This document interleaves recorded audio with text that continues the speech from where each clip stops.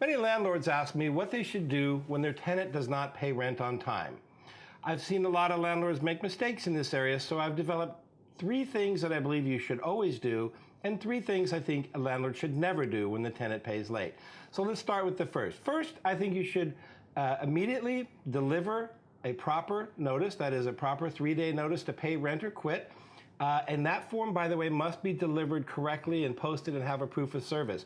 If you need that form or you have questions on how to serve the form, give us a call. We'll be happy to coach you through the process. The other thing I want you to do is I want you to make sure that you keep the property repaired as normal. If the tenant calls you with a leaky faucet, you have to fix it as if the rent has been paid on time. You can make a courtesy call to the tenant, but I'm only going to tell you to do this if you think that that conversation will be friendly and go well. If you're already in a hostile situation with the tenant, frankly, I wouldn't do that. A couple of other don'ts here. One, and most importantly, do not write threatening letters to your tenant. Don't write retaliatory letters. These 10 letters can tend to show up in court and be used as evidence against you. And believe me, mean and retaliatory letters can often be deemed illegal and often sway a judge, and you could lose your eviction case if that's where it ends up.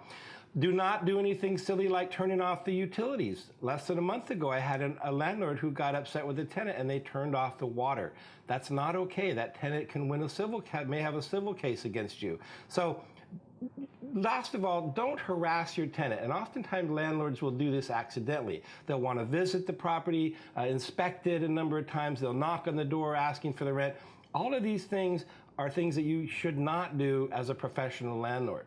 So if your tenant hasn't paid on time, you're not sure what to do, please give me a call. We'll be happy to help you, coach you through the process, and get you on track so if you do have to evict, you can win your case.